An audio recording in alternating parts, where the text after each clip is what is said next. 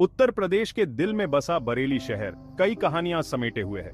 कुछ हंसी खुशी से भरी हैं, तो कुछ अंधेरे और अनदेखी ताकतों की फुसफुसाहटों से।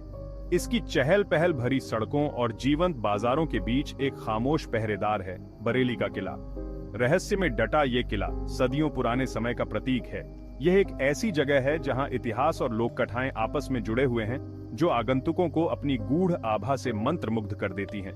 स्थानीय लोग डर और कौतूहल के मिश्रण से भरी आवाज में किले के बारे में धीमी आवाज में बात करते हैं। उनका कहना है कि यह किला भूतिया है। इसकी ढहती दीवारें बीते युग के दुख और उथल पुथल की गूंज को प्रतिबिंबित करती हैं। अस्पष्ट घटनाओं, अजीब आवाजों और भयंकर भूतों की कहानियां पीढ़ियों से चली आ रही हैं, जो उस जगह की एक भयानक तस्वीर पेश करती है जहां जीवित और मृत के बीच का पर्दा पतला है। बरेली का किला, जिसे शाहजहांपुर किला भी कहा जाता है, 18वीं शताब्दी का है। यह भारत में बड़े उथल पुथल और बदलाव का समय था। कभी शक्तिशाली रहा मुगल साम्राज्य चरमरा रहा था। खालीपन को भरने के लिए नई शक्तियां उभर रही थीं। इसी उथल पुथल भरे दौर में रोहिल्ला अफगान सरदार अली मोहम्मद खान ने रोहिलखंड क्षेत्र पर अपना शासन स्थापित किया। एक मजबूत सैन्य उपस्थिति की आवश्यकता को पहचानते हुए अली मोहम्मद खान ने बरेली में एक दुर्जेय किले के निर्माण का आदेश दिया। यह किला रणनीतिक रूप से रामगंगा नदी के तट पर स्थित था। इस स्थान ने हमलावर सेनाओं के खिलाफ प्राकृतिक सुरक्षा प्रदान की। 1737 में पूरा हुआ यह किला रोहिल्ला शक्ति और लचीलेपन का प्रतीक था। यह तेजी से बदलते विश्व में अपने लिए जगह बनाने के उनके दृढ़ संकल्प का प्रमाण था।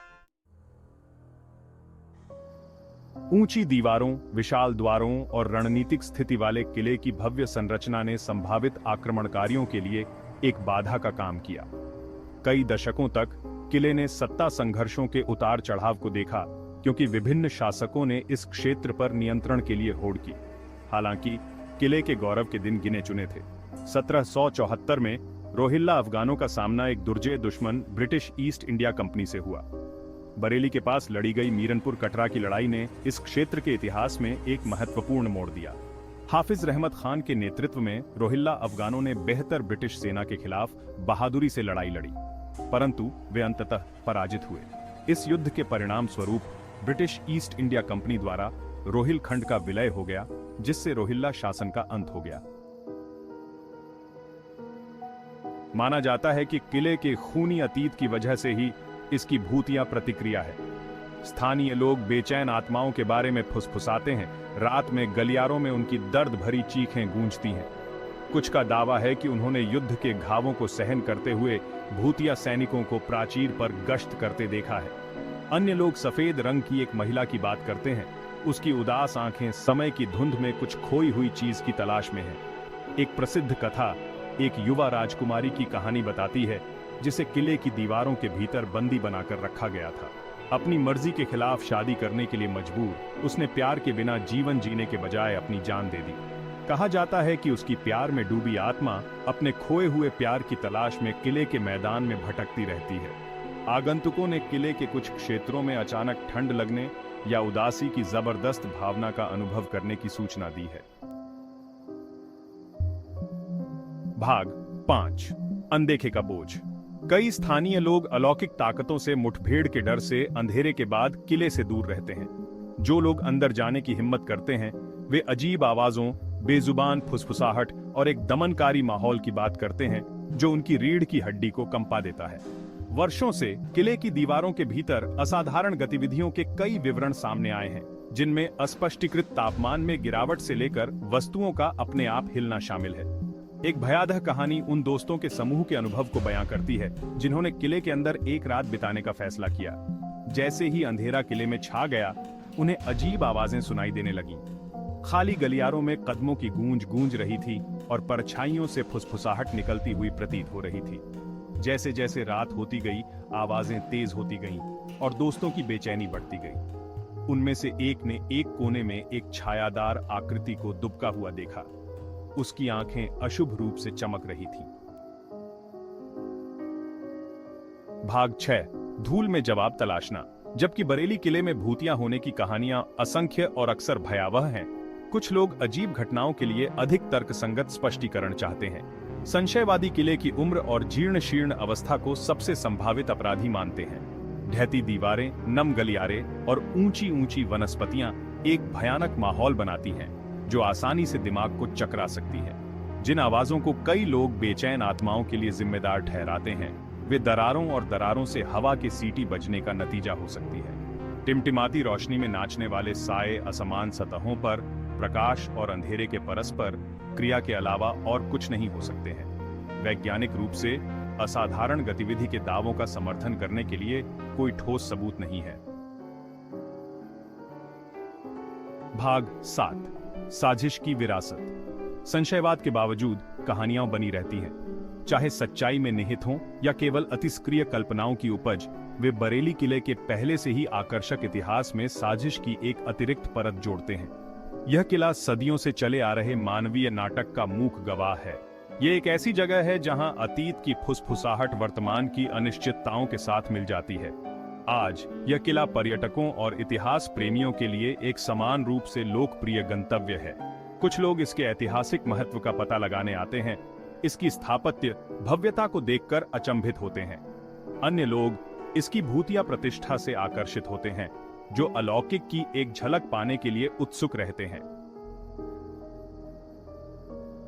भाग 8, बरेली किले की पहेली। यह किला इस बात की याद दिलाता है कि कुछ रहस्यों को शायद कभी पूरी तरह से समझाया नहीं जा सकता है। यह एक ऐसी जगह है जहां तथ्य और कल्पना के बीच की रेखाएं धुंधली हो जाती हैं, जिससे आगंतुक अपने निष्कर्ष निकाल सकते हैं। आप अलौकिक पर विश्वास करते हो या तार्किक स्पष्टीकरणों पर टिके रहना पसंद करते हो, बरेली किले के भयानक आकर्षण से इनकार नहीं किया जा सकता है। यह एक ऐसी जगह है जहां अतीत बहुत जीवंत लगता है और जहां हमारी वास्तविकता की सीमाएं बदलती और घुलती हुई प्रतीत होती है। शायद सच्चाई इतिहास और लोक कथाओं के बीच कहीं है। हो सकता है कि किला वास्तव में उन लोगों की गूंज से प्रेतबाधित हो जो इसकी दीवारों के भीतर रहते थे, लड़ते थे और मरते थे। या शायद यह एक ऐसी जगह है जहां हमारी कल्पनाएं इतिहास के भार और सुझाव की शक्ति से प्रेरित होकर दौड़ती हैं। भाग 9, एक भूतिया निमंत्रण। बरेली का किला एक पहेली बना हुआ है, एक ऐसी जगह जहां दिखाई देने वाली और अनदेखी दुनिया के बीच का पर्दा उल्लेखनीय रूप से पतला लगता है। यह आगंतुकों को अपने रहस्य के जाल में खींचते हुए मोहित और आकर्षित करता रहता है। अगर आप कभी खुद को बरेली में पाएं, तो किले को देखने के लिए समय निकालें। इसकी प्राचीन दीवारों के भीतर खड़े हो जाएं, हवा की फुसफुसाहट को सुनें और खुद तय करें कि क्या कहानियां सच हैं। लेकिन सावधान रहें, हो सकता है कि आप अपनी रीढ़ की हड्डी में ठंडक महसूस करें या अपनी आंख के कोने से कुछ ऐसा देख लें जिसकी आप व्याख्या नहीं कर सकते, क्योंकि बरेली के बीचों बीच इतिहास और रहस्य साथ साथ चलते हैं और जीवित और मृत के बीच की रेखा हमेशा स्पष्ट नहीं होती है। भाग 10, अनदेखी दुनिया। बरेली किले के आसपास की कहानियां हमें याद दिलाती हैं कि दुनिया रहस्यों से भरी है। ऐसी चीजें हैं जिन्हें हम शायद कभी पूरी तरह से नहीं समझ पाएंगे, ऐसी ताकतें जो हमारी धारणा के दायरे से परे मौजूद हैं। हम अलौकिक पर विश्वास करते हैं या नहीं, ये कहानियां हमें अज्ञात के प्रति आश्चर्य और सम्मान की भावना के साथ आगे बढ़ने की याद दिलाती हैं। शायद बरेली किले का असली पाठ ये है कि कभी-कभी सबसे मनोरम कहानियां वे होती हैं जो हमें उत्तरों से कहीं अधिक प्रश्नों के साथ छोड़ देती हैं। वे हमें अज्ञात को अपनाने, इस संभावना पर विचार करने के लिए आमंत्रित करते हैं कि स्वर्ग और पृथ्वी में और भी बहुत सी चीजें हैं जिनके बारे में हमारी दर्शन में कल्पना भी नहीं की जा सकती है। भाग 11, अंतिम शब्द। तो अगली बार जब आप अस्पष्टीकृत की कोई कहानी सुने तो उसे खारिज करने में जल्दबाजी न करें। सुनने, कल्पना करने और सोचने के लिए एक क्षण निकालें। हो सकता है कि आप खुद को उन रहस्यों से मोहित पाएं जो परछाइयों में छिपे हुए हैं, खोजे जाने की प्रतीक्षा कर रहे हैं। क्योंकि दुनिया कहानियों से भरी है और कुछ सबसे दिलचस्प कहानियां वे हैं जो वास्तविकता और अलौकिक के बीच की रेखाओं को धुंधला करती हैं।